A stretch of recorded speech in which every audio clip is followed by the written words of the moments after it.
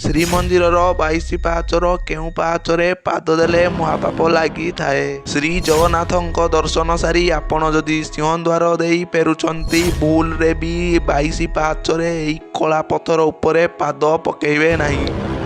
କ'ଣ ପାଇଁ 22 ପାହାଚର ତୃତୀୟ ପାହାଚରେ କଳା ରଙ୍ଗର ପଥର ଅଛି ଆପଣ ଜାଣିଲେ ଆଶ୍ଚର୍ଯ୍ୟ ହୋଇଯିବେ। ହଁ ଦର୍ଶକ ବନ୍ଧୁ, 22 ପାହାଚର କେଉଁ ପାହାଚରେ ଗୋଡ଼ ରଖିଲେ ହୋଇଯିବ ସମସ୍ତ ପୁଣ୍ୟର କ୍ଷୟ? କେଉଁ 22 ଜଣ ଦେବାଦେବୀ ଅଛନ୍ତି? ଏହି 22 ପାହାଚର କ'ଣ ରହିଛି 22 ପାହାଚର ମହାତ୍ମ୍ୟ? 22 ପାହାଚର ନିର୍ମାଣରେ ବହୁତ କିମ୍ବଦନ୍ତୀ ରହିଛି।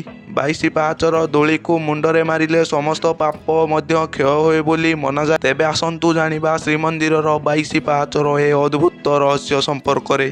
ହଁ ଆଜ୍ଞା, ମହାପ୍ରଭୁ ଜଗନ୍ନାଥ ଯେତେବେଳେ ରଥଯାତ୍ରାରେ ଗୁଣ୍ଡିଚା ମନ୍ଦିରକୁ ଯାଆନ୍ତି, ଏହି 22 ପାହାଚ ଦେଇ ରଥକୁ ଯାଆନ୍ତି।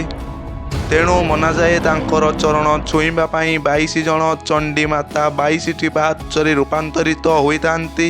ଏହା ମଧ୍ୟ କୁହାଯାଏ ତତ୍କାଳୀନ ରାଜା ଭାନୁଦେବ ପ୍ରଭୁ ଚଣ୍ଡେଶ୍ୱରଙ୍କ ଧ୍ୟାନ କରି ପୁତ୍ର ସନ୍ତାନ ଲାଭ କରିଥିଲେ। କିନ୍ତୁ ଜ୍ୟୋତିଷମାନେ ଯେବେ କହିଲେ ତାଙ୍କ ପୁତ୍ରର ଆୟୁଷ ମାତ୍ର 22 ବର୍ଷ, ସେ ପୁଣି ଚଣ୍ଡେଶ୍ୱରଙ୍କୁ ଆରାଧନା କରିଥିଲେ। ପ୍ରଭୁ ଚଣ୍ଡେଶ୍ୱର ମହାଦେବ ଦର୍ଶନ ଦେଇ କହିଲେ, ତୁମେ ଶ୍ରୀମନ୍ଦିରରେ 22 ପାହାଚ ନିର୍ମାଣ କରି ତୁମ ପୁତ୍ରକୁ ସେହି 22 ପାହାଚରେ ଗଡ଼ାଇ ଦିଅ, ସେ ଅକ୍ଷୟ କୁମାର ହୋଇଯିବ। ଏହାପରେ ରାଜା ସେଠାରେ 22 ପାହାଚ ନିର୍ମାଣ କରି ପୁତ୍ରକୁ ସେଠାରୁ ଗଡ଼ାଇଥିଲେ। ଆଉ ତାଙ୍କ ପୁତ୍ର ସେବେଠାରୁ ଦୀର୍ଘାୟୁ ହୋଇଗଲା। ସେବେଠାରୁ ସେହି ମାନ୍ୟତା ଅନୁସାରେ ମାତାପିତାମାନେ ନିଜ ସନ୍ତାନମାନଙ୍କୁ ସେ ରୋଗମୁକ୍ତ କରିବା ପାଇଁ ଆଉ ଖରାପ ଗ୍ରହ ଦଶା ଥିଲେ ଏହି 22 ପାହାଚରେ ଗଡ଼ାଇ ଦିଅନ୍ତି। କୁହାଯାଏ କାଳିଆ ସାଆନ୍ତର 22 ପାହାଚରେ ଗଡ଼ିବା ଦ୍ୱାରା ଶ୍ରୀମନ୍ଦିର ଆରୋଗ୍ୟ ହୋଇଥାଏ। ସିଂହଦ୍ୱାର ଆଡ଼ୁ ମନ୍ଦିରକୁ ଗଲେ ଦ୍ୱିତୀୟ ପାହାଚରେ ମଝିରେ ଏକ କଳା ରଙ୍ଗର ମୁଗୁନି ପଥର ରହିଛି। ଶ୍ରୀମନ୍ଦିରର ସମସ୍ତ ପାହାଚ ବଉଳମାଳ ପଥରରେ ନିର୍ମିତ, କିନ୍ତୁ ଦ୍ୱିତୀୟ ପାହାଚ ମଝିରେ ଆପଣମାନେ ଏକ କଳା ରଙ୍ଗର ମୁଗୁନି ପଥର ପଡ଼ିଥିବାର ଦେଖିବେ। ଏହି କଳା ରଙ୍ଗର ମୁଗୁନି ପଥରକୁ ଯମଶିଳା କୁହାଯାଏ।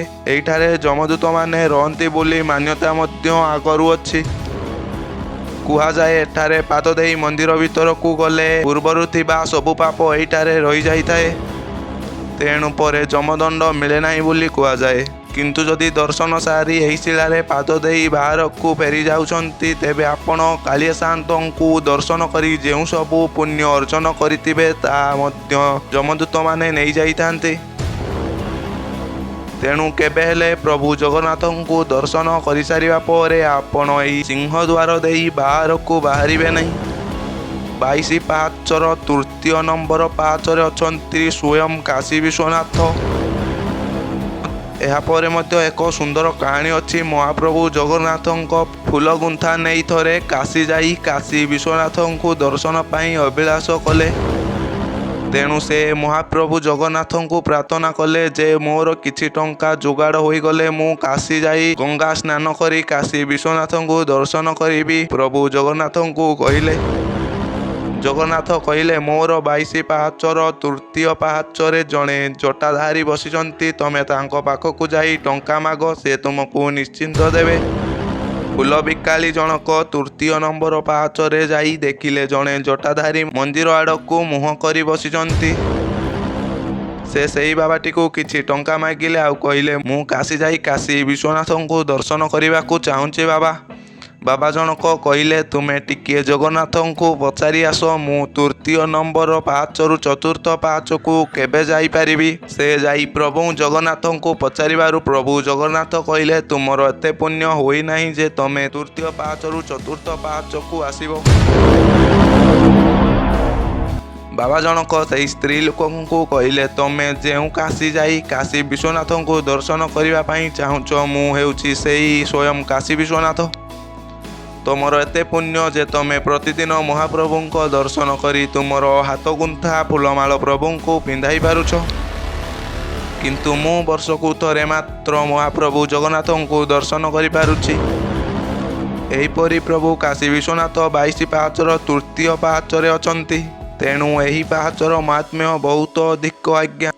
କୁହାଯାଏ କି ଭକ୍ତ ତାହାର 22 ପ୍ରକାର ଖରାପ ଗୁଣକୁ ତ୍ୟାଗ କରିବାକୁ ଯାଇ ମହାପ୍ରଭୁଙ୍କୁ ଦର୍ଶନ କରେ। ତେଣୁ ଭକ୍ତମାନେ ଏଠାକୁ ଆସି ପ୍ରଭୁଙ୍କୁ ଦର୍ଶନ କରି ମହାପ୍ରସାଦ ସେବନ କରି ନୀଳଚକ୍ରକୁ ଦର୍ଶନ କରି ଏହି 22 ପାହାଚରେ ଗଡ଼ିଗଲେ ତାଙ୍କର ସମସ୍ତ ଦୋଷ ଦୂର ହୋଇଥାଏ ବୋଲି ଲୋକମାନେ ଭାବିଥାନ୍ତି। 22 ପାହାଚର ସପ୍ତମ ପାହାଚକୁ ପିତୃପୁରୁଷଙ୍କ ପାହାଚ ବୋଲି ମନାଯାଇଥାଏ। ସେହି ସପ୍ତମ ପାହାଚରେ ଏକ ଘଷା ପଥର ରହିଛି ଯାହାକୁ ପିତୃଶିଳା ବା ପିତ୍ତଶିଳା ବୋଲି କୁହାଯାଇଥାଏ। ଏଠାରେ ଅନ୍ନପ୍ରସାଦ କିମ୍ବା ଅବଢ଼ା ରଖିଲେ ଏହା ସିଧା ପିତୃପୁରୁଷଙ୍କ ପ୍ରାପ୍ତ ହୁଏ ବୋଲି ମନାଯାଇଥାଏ ଆଉ ସେମାନେ ଖୁସି ହୋଇଥାନ୍ତି। ତେବେ କୁହାଯାଏ ବଡ଼ ବଡ଼ିଆ ହୋ ଅନ୍ଧାରେ ଆସି ଆଲୁଅରେ ଯାଅ, 22 ପାହାଚେ ଗଡ଼ ଗଡ଼ଉଥାଅ।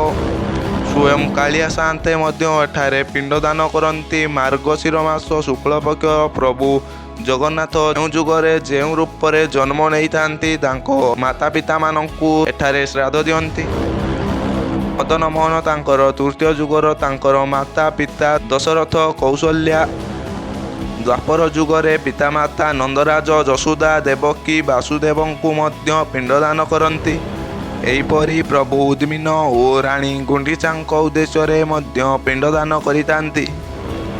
ତେବେ ଦର୍ଶକ ବନ୍ଧୁ, ଆପଣଙ୍କୁ ପୁରୀ ଜଗନ୍ନାଥ ଏବଂ 22 ପାହାଚର ମହାତ୍ମ୍ୟ ବିଷୟରେ ଆମର ଭିଡ଼ିଓଟି ଆପଣମାନଙ୍କୁ କିପରି ଲାଗିଲା ଆମକୁ କମେଣ୍ଟ ବକ୍ସରେ ଜୟ ଜଗନ୍ନାଥ ଲେଖି ଜଣାଇଦେବ। ମୁଁ ପୁଣି ଆସିବି ଆଉ ଏକ ନୂଆ କାହାଣୀ ସହିତ। ସେତିକି ସମୟ ପାଇଁ ବିଦାୟ ଦିଅନ୍ତୁ। ଜୟ ଜଗନ୍ନାଥ।